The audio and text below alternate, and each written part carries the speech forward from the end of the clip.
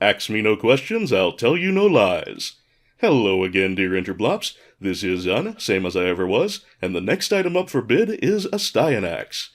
Astyanax is a 1989 NES hack-and-slash platformer published by the late Jaleco and developed by the also late ICOM, creator of Vice Project Doom, Legendary Axe, and everyone's favorite, Amagon. There was also an ICOM and Jaleco arcade game named The Astyanax, known in Japan as The Lord of King, but it's very different from the console version and not particularly relevant to it. In Greek mythology, Astyanax was the son of Prince Hector of Troy, who was thrown to his death from the city walls so he could never grow up to avenge his father or restore Troy. In some versions of the story, the same soldier who chucked Astyanax off the wall also used the kid's dead body as a club to beat his grandfather King Priam to death. This has absolutely no bearing on the game whatsoever, but man, Greek mythology is kinda fucked up sometimes. Anyway, I first learned of Astyanax in Nintendo Power, and was impressed with the large and detailed sprites and the look of the cutscenes. Also, the notion of a sword and sorcery world, with a wizard named Blackhorn and a princess named Rosebud, sounded fairy tale as hell, and I was into it. When I finally got my hands on the game, it was fine. Not brilliant, not terrible, just fine. And yet, I possessed a strange affection for it that I could never quite explain. I'm covering this game largely because it's a decent little side-scroller and fairly overlooked, but also to see if that strange affection holds up. It's been many, many years since I last played Astyanax, so this will be something of an amnesiac LP. We'll give it a try and see how I feel about it in the 2019, and if it's a new one on you, we'll see how you feel about it too. Opening cutscene, take it away. Astyanax. Astyanax? Voices come from the darkness. Astyanax! I'm waiting!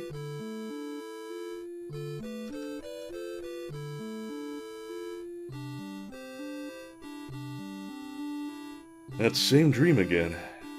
Strange. I'm Astyanax. The name is from Greek mythology, I think.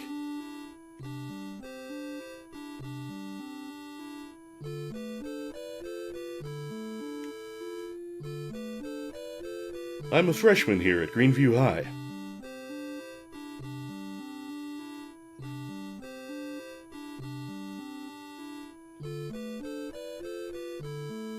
I don't understand what the dream means. And who is that girl?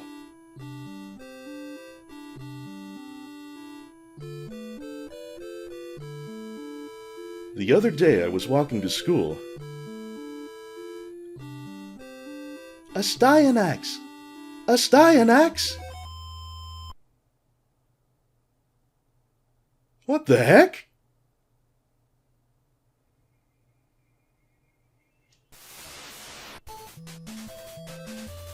Well, there's the first part of our intro, but certainly that's not enough to bring us up to speed. There will indeed be a bit more intro as soon as I press start, so I'ma go ahead and do that.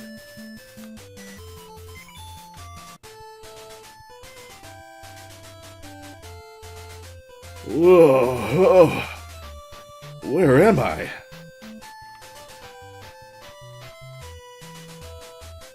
This is Remlia. My name is Cutie.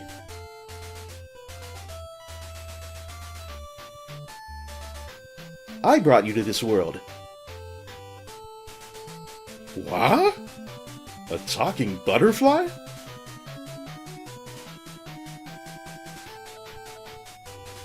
Listen carefully to what I'm going to tell you.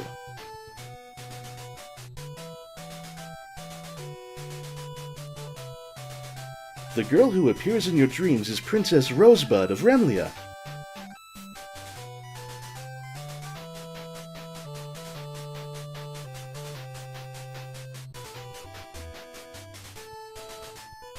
She is being held captive by the evil wizard Blackhorn.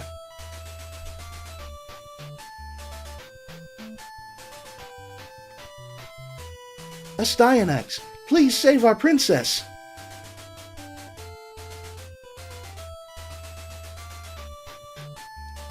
But I'm only 16. How could I save her? Astyanax, you are the warrior chosen by this world.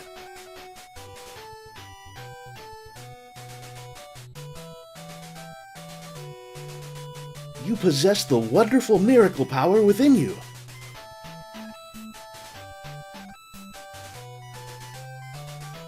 And also,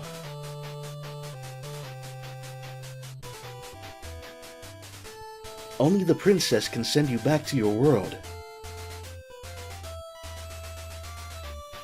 I can't do it myself.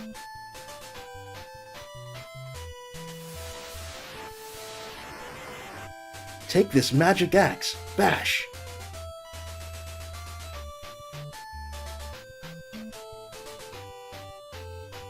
This is the only way you can get back to your world.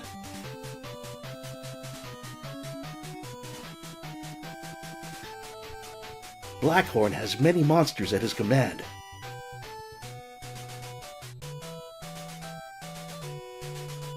You have no choice. I'm sorry. Okay then, lead the way.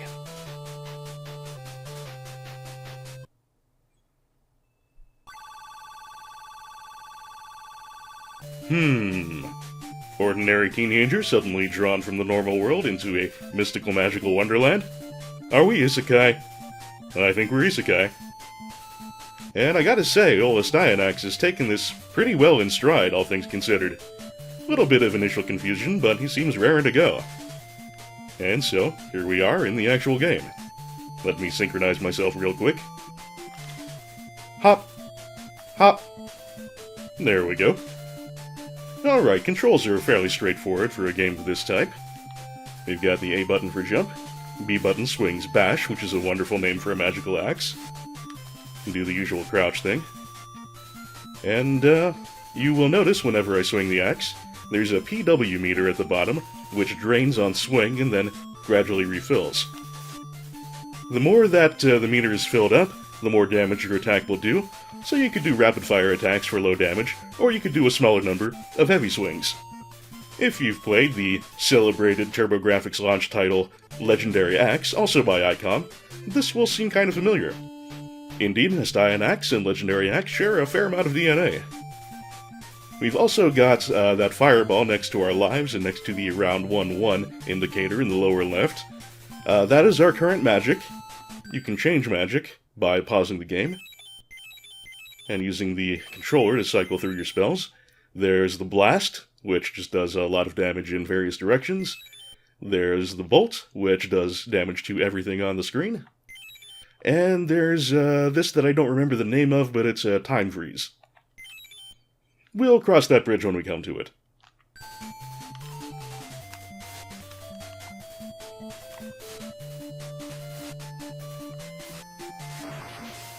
Thus far, you'll probably be finding Astyanax to be about what you'd expect for a side-scrolling hack-and-slash. And indeed it is. Nothing terribly revolutionary about it. Not even a super notable example of its kind, but as I mentioned in my intro, it's fine.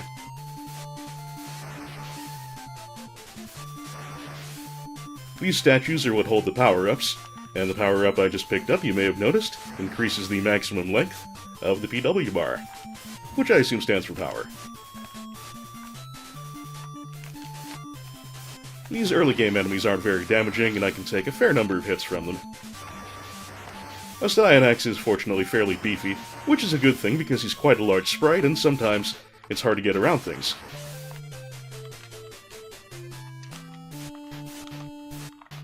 All in all, I don't remember this game being terribly hard for the most part, but there are a few levels that are downright evil, so save state abuse may end up happening.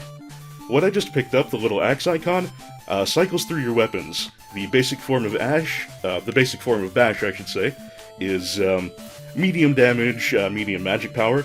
This is the spear, which is weaker, but you can use up less SP and use weaker spells, so you get more mileage out of your magic, even though every cast will not do as much damage. And there's one additional weapon, which is the sword, which is the strongest weapon, but uses up the most MP, or SP I should say, every time you cast a spell.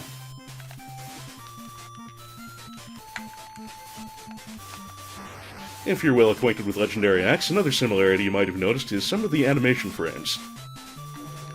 That is the red power-up item. I believe there's also a purple one, if memory serves, which completely refills you, or at least refills you more. As saying, as I was saying, some of Astyanax's animation frames will probably be reminding you of Legendary Axe. That's another similarity. Especially his attacking and jumping animations are very similar to Gogon's, the main character of Legendary Axe. There we go, another power-up, and now we should have a mini-boss. Yes, there we are. If I am recalling correctly, every stage has 2 segments. The first one ending with a mini-boss, and the second ending with a mini-boss and then a proper boss fight, and I'm about to die already. Yep. We are off to a flying start here. But I am adjusting. As I mentioned, it has been a while. I kind of wanted to get my cold perspective on this coming back in, so I did not do a practice run. We will see if that ends up being something to regret. But the good news is, again, we can always lean on save states. And as I was able to finish this as a kid, I have to imagine with a little patience I should be able to do it again.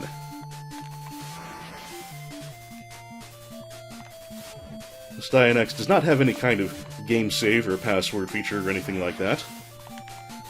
And I believe the current speedrun for it is something like 15 minutes. Oh, balls!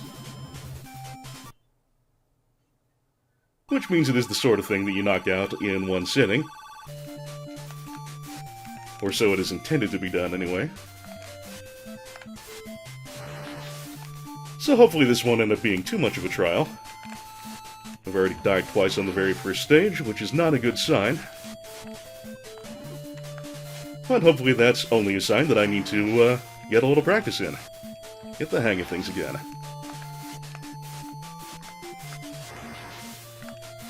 I do remember it being a real... Oh, god damn it! I do remember it being a giant pain in the ass just how large and a little bit sluggish Astyanax is. And that's something I'll definitely have to get the hang of again. Also staying out of trouble between big swipes of the weapon. Which I think are generally more effective just for getting your kill in than a bunch of rapid-fire swings.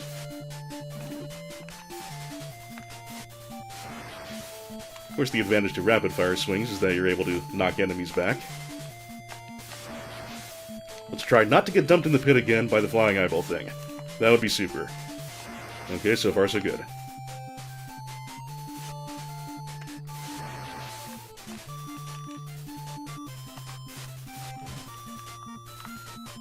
I think I'm actually going to hang on to... Oh, damn it.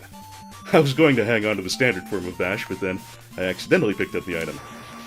Once again, that big-ass hitbox and hurtbox of Astyanax working a little bit against me here. Huh, I guess the spear can't be that much weaker.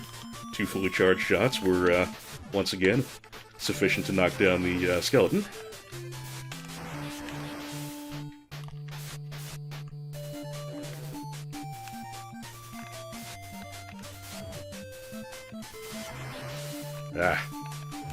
This is one of those games where if you're fairly close to the scroll point at where an enemy spawns in, it'll just keep doing it until you move out of that position.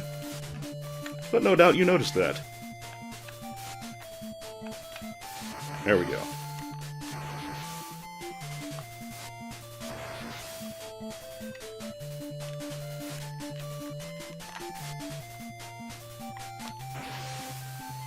That was just me pressing up and attack, which cast your magic. Oh my goodness! I did not remember the game having quite this much slowdown in it. Oh, okay. We have our first proper boss already, okay. I guess it's not entirely consistent, how many sections there are to any given stage. It appears the Remula has only one. Oh, that was my phone, pardon. This, in any case, I actually remember the name of. This is Caesar. Now, what exactly Caesar means, Depends on whether you believe Nintendo Power or believe the game's manual. The manual says Caesar refers to the monster, whereas Nintendo Power thinks Caesar should be the purple dude riding the monster. Oh, and I didn't remember it had a lunge like that. Now, personally, I think Caesar works better as the name of the rider, but I imagine the manual is supposed to be more canon on this matter. That was a narrow thing. I'm fucking around too much when I should be fighting.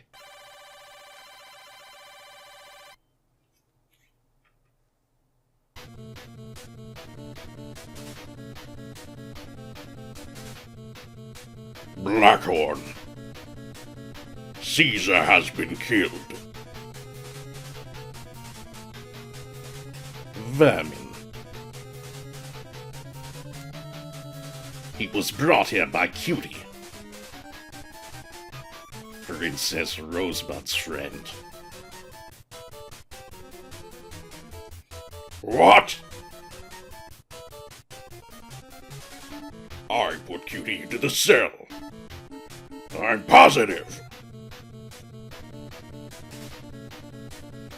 Look at this. In this world, the power of the human is strong.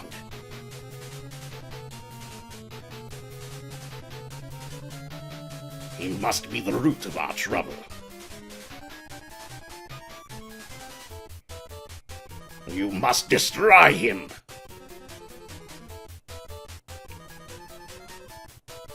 He cannot stop me from taking Rosebud's power. Yes, sir.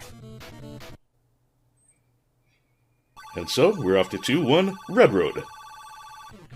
The gentleman in the skull mask, by the way, is Thorndog, another wizard who is Blackhorn's right-hand man.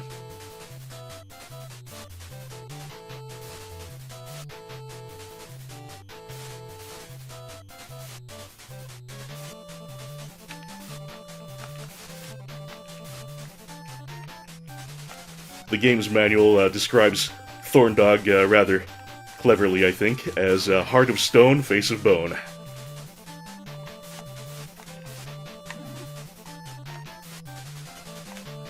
Now you'll notice I'm gradually building up things like the length of my PW bar and what have you.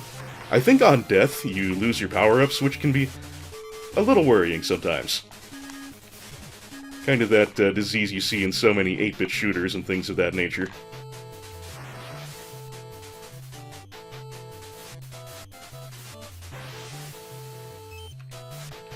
I've got the sword. I think I generally prefer to have the sword, if memory serves. Because being able to cast your spells a number of times can be handy, but just doing more melee damage. Well, melee damage is your bread and butter, so it's really just better to have in most situations.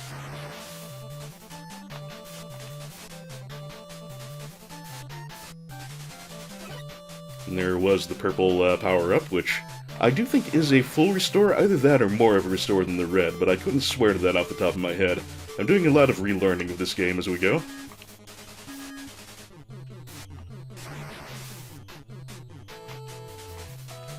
Oop. I remember this thing.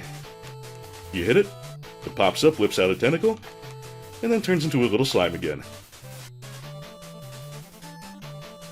So optimally, you want to give it a slap at the far end of your range, so you have plenty of time to step back from the tentacle after you get your hit in. Rather easier than the 1-1 mini-boss, I would say.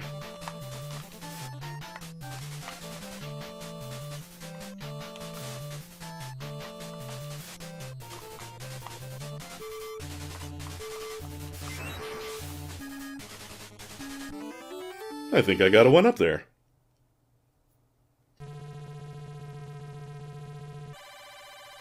I guess those are score-based, probably.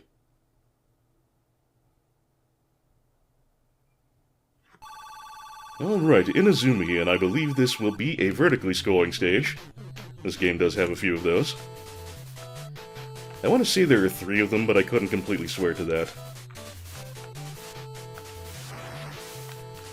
Well, thus far, Astyanax is pretty much as I remembered it. A little cumbersome. Very nice sprites. fairly nice cutscenes. A decent example of its type, but hardly anyone's idea of revolutionary. And right there you saw the kind of thing that rapid strikes can be helpful for if you're trying to deflect a projectile or something of that sort. Whereas again, if you're actually meaning to do some killing, then waiting for your charge attacks is probably the best. I am very glad that they charge up automatically and you don't have to hold down a button or anything like that. I also seem to remember that this game can be pretty mean about its enemy respawns. Just like a little bit of scrolling here or there can determine whether you get mobbed by them or not. And thus far, my memory seems to be pretty correct on that point as well.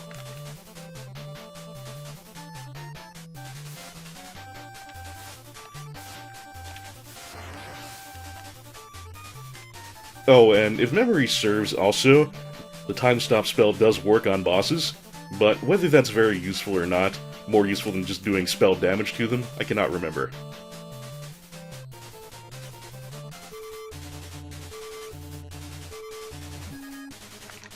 Okay, looks like we have a diving type of dealie here. Just gonna want to try and keep it off my head. Be ready for those bombs.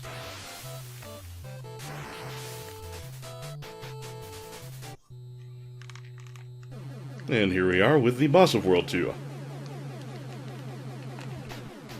Oh, and I don't get any of my health back for this. Okay, Jewel is the predictable weak point. Snakes falling on my head is a predictable weak point for me. Do I get kicked all the way back to the beginning of the level? Oh, dang it, I do. Okay.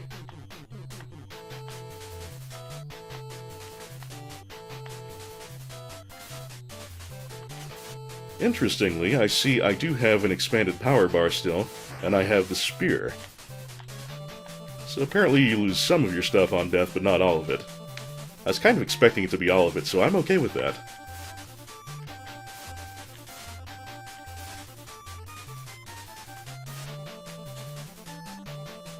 Oh, get over here.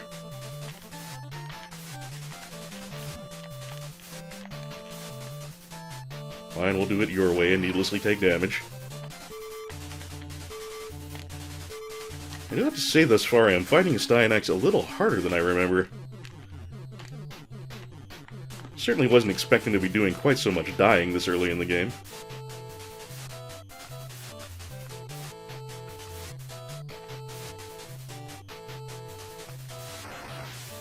I'm actually a little surprised that went over my head, because I also have a vague memory of Astyanax's ducking hitbox being a little larger than it looks, so things like it looks like you might be able to crouch under, you actually won't.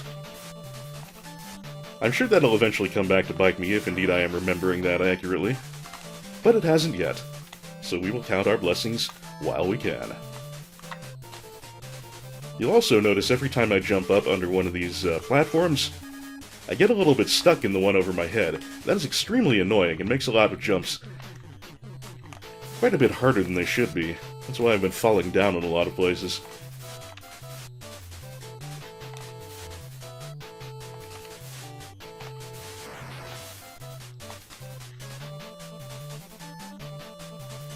Something else you may be getting the impression of when it comes to Astyanax is that it's kind of slow-paced. And indeed it is. For various reasons, including but not limited to the fact that you want to stop and recharge your weapon a lot of times before you get your next hit in. I have no idea how I should be avoiding damage from this thing, it just seems to be all over the place. And it's projectiles too. Ugh!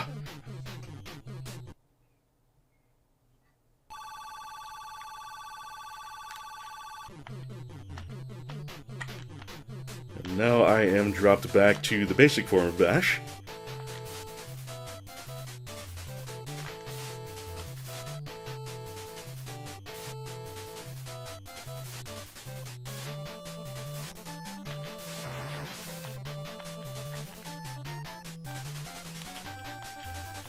Yes, I am hoping you will not see quite so much dying and repetition as I proceed through the game. I'm dearly hoping I get my sea legs back at some point.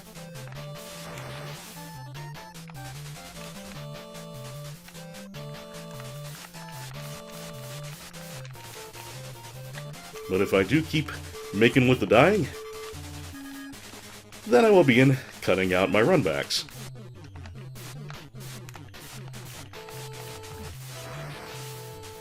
You might have noticed when I attacked the slime squid thing there from very close by, Astyanax did a different weapon animation in which he just kind of held the axe up in front of his face. There is a very close range attack that prompts that animation. It's nothing different, you just have to be very close to something and press the B button.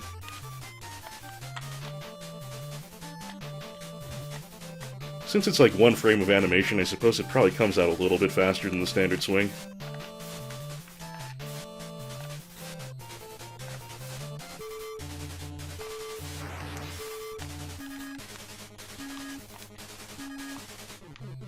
I would love to have my sword back at this point, but Inazumi does not seem to be too generous with the power-ups. What I'm gonna try and do is just keep it off me with repeated strikes. Doesn't look like that's entirely going to work.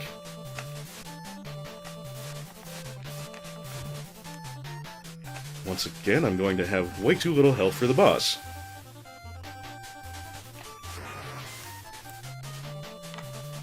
You know, with the fireball magic, I thought the fireballs had to actually make contact, but that doesn't seem like it's entirely the case.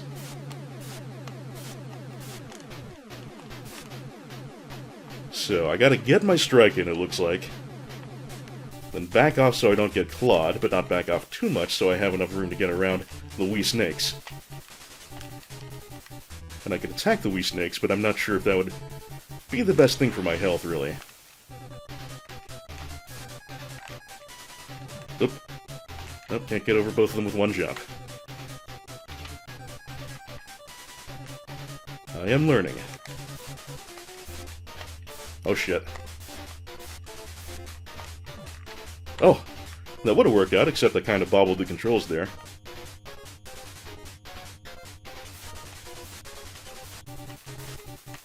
We can just turn around and... Oh!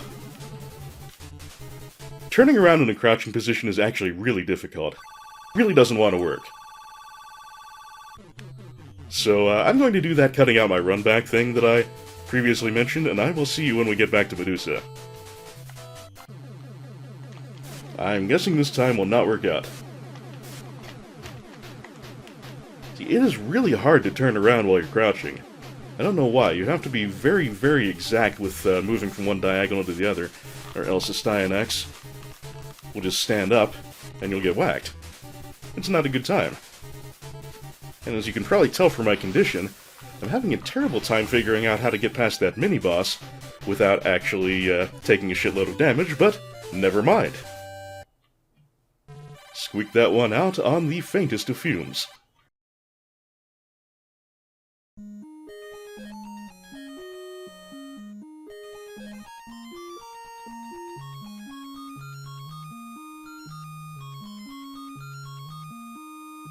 Astyanax? Yes? You miss your world, don't you?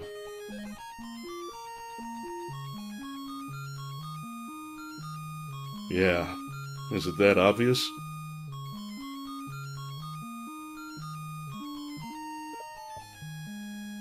I can see the sadness in your eyes. Thelanea is so far away. I'm sorry.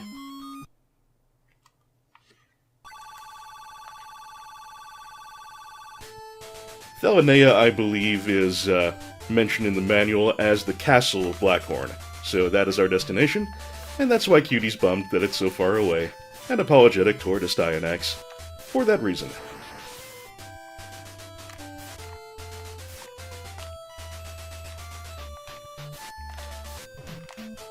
Well, now we are on 3-1, which is Ryogoku, which I do not have any specific memory of, so hopefully that means it's not horrible.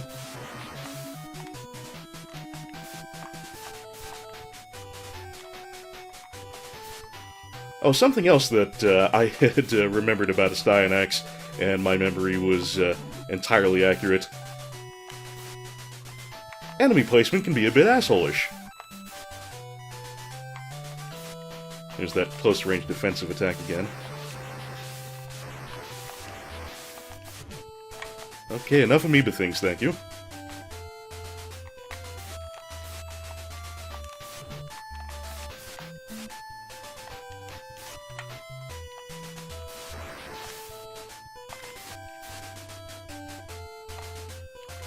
It's gonna take me to the spear, which I'm not super hot for. By the way, that is nothing like any spear I've ever seen, but that is what the game calls it. But I do have to go through the spear if I want to get the sword, and I think the sword is going to be generally the best for my purposes.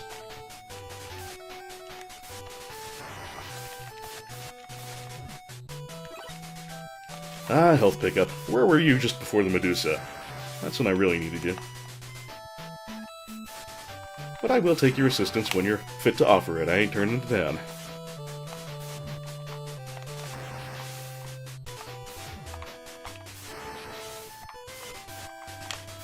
Ah, the wing. While the claw increases the length of your power bar, the wing increases its charge rate. So now we get to our full-powered strikes a little faster, and I have no problem with that. Alright, who's our minibus gonna be this time? Oh.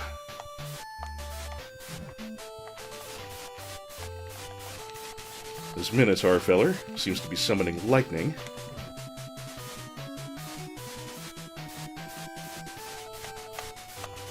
A little difficult to avoid, so it looks like the best thing that I can do is just keep him from doing it as much as I possibly can. Unfortunately, he gets knocked back every time I strike him, and if I keep knocking him back, he wraps around to the other side of the level. So one wonders if there's a better way of doing this, but this is how I remember doing it as a kid, so at least I know it works, even if it's not the best approach.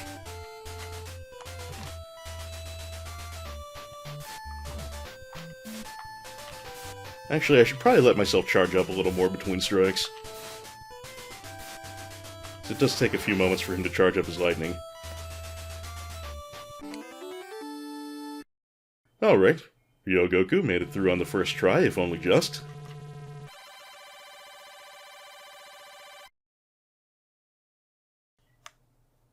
Rent.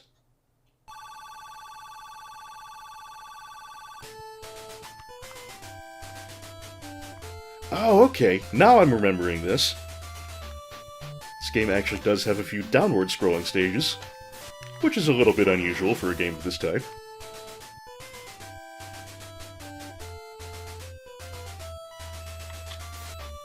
Not that it makes a huge difference in life, it's just a little unusual to see. There is a downside to it, which you may have already noticed. That is that you have to be very close to the bottom of the screen to actually cause the scrolling to occur.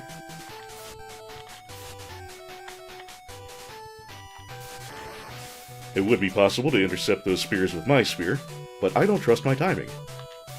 I trust my ability to jump correctly a little better. Oh, you little bastard. No spawning enemies on me while I'm trying to advance the screen, Astyanax. That's a bit shitty of you. You're not a bad game, but you can be a little dickish sometimes.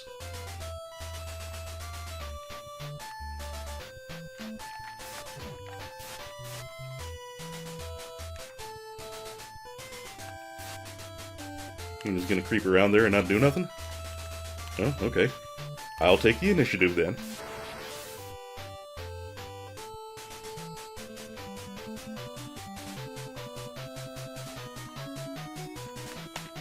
Okay, can I get over to that without falling? Amazingly, yes.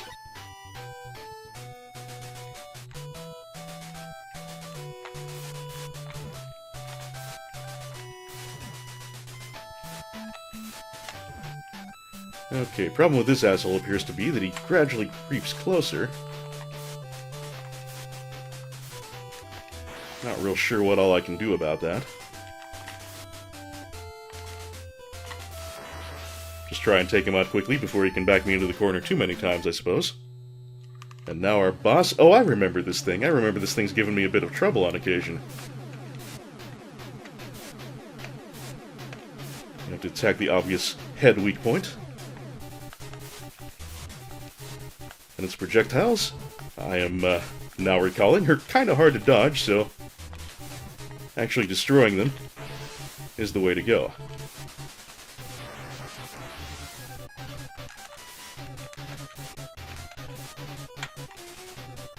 Now that we've destroyed its armor, it's just got this creepy alien-y form.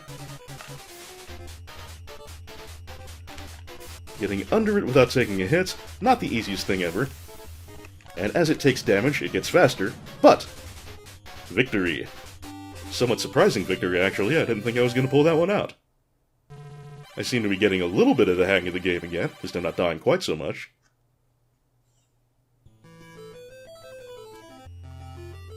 I feel they are coming. They are close.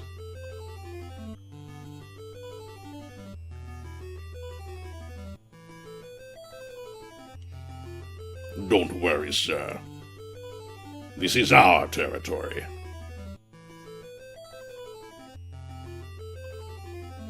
They will not make it any further.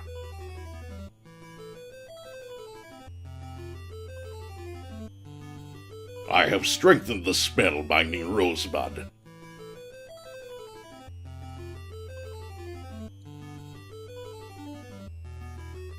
She can no longer communicate with Cutie telepathically.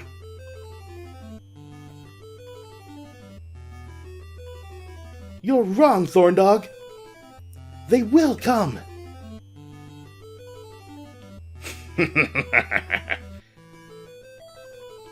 What can they possibly do? One silly human and a fairy.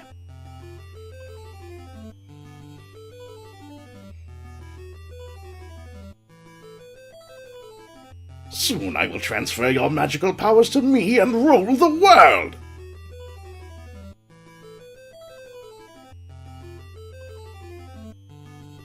Your friends are already doomed.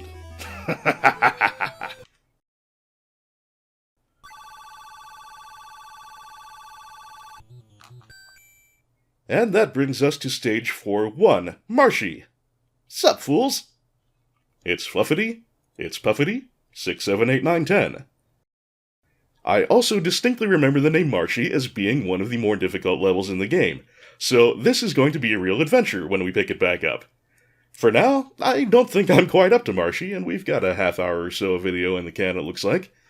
We will leave it at that for now. Thank you for your patience with me dying repeatedly as I get back up to speed with the moderate clunkitude that is Astyanax. By and large, it is holding true to the memories of my adolescence, if a little bit more difficult early on. But I do feel it's starting to come back to me, and I'm remembering the importance of things like managing your magic meter, stuff like that. At any rate, I hope you're enjoying the journey so far, and I hope to see you next time when we find out if Marshy is as awful as I remember. Until then, this is Zun, signing off.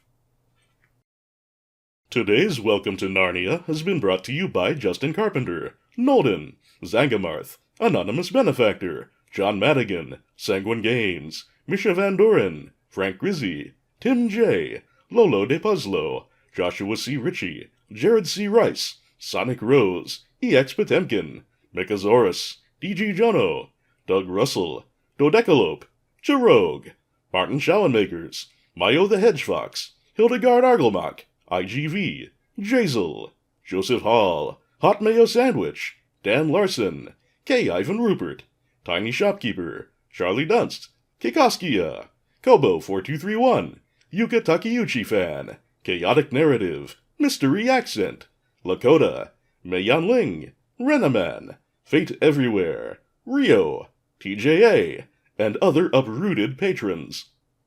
Thank you all very much for helping us keep the lights on at I Played a Thing International, and for the compliment your support represents. Subscribers, the good folks of the comment section, and all my thorn dogs and cuties out there, I'm also very glad you're here. Take care, everyone, keep your armor purple and your axes sharp, and I will see you real soon. Hello out there, thank you very much for watching. I hope you've had a good time, and I've been glad to have you. If you enjoyed this video, new subscribers always brighten my day, and if you really dig my stuff and would like to support me on Patreon, I shall be very grateful indeed. You're also invited to go with the stream every Friday at twitch.tv/unplayedathing. Thank you again, and have a good one.